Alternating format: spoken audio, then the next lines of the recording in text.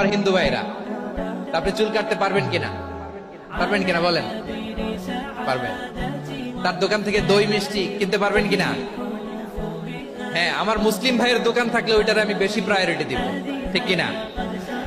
কিন্তু যদি তাদের সার্ভিস নিতে চান, প্রোডাক্ট নিতে চান, পারবেন। তার দলিল সহিহ বুখারী, আম্মা জান আয়েশা রাদিয়াল্লাহু তাআলা আনহা বলেন, ইশতারা রাসূলুল্লাহ সাল্লাল্লাহু আলাইহি ওয়াসাল্লাম মিন ইয়াহুদিয়িন তুআমান ওয়া রাহানাহু দিরআহু মিন হাদিদ। রাসূল সাল্লাল্লাহু আলাইহি ওয়াসাল্লাম এক ইহুদির কাছ থেকে, কার কাছ থেকে? সবাই বলে নাই কার কাছ থেকে? আমার নবী, পেয়ারা নবী এক ইহুদির কাছ থেকে জব কিনেছিল, জব, বার্লি, যেটা দিয়ে রুটি বানায়।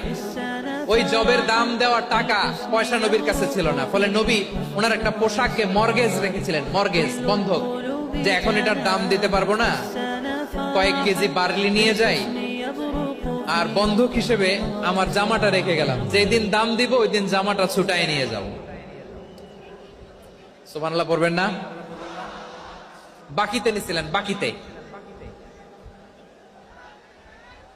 দিরআহু মিন হাদিদ, লোহার তৈরি বর্ম, মানে যুদ্ধের পোশাক, লোহা দিয়ে বানানো। বিশ্বনবী বললেন, কয়েক কেজি জব দাও, টাকাটা পরে দিব, এখন টাকা নাই, বন্ধক হিসেবে, মর্গেজ হিসেবে আমার জামা রেখে গেলাম, যখন টাকা দিব জামা ছুটায় নিব। আওয়াজ করে বলতে হবে সুবহানাল্লাহ।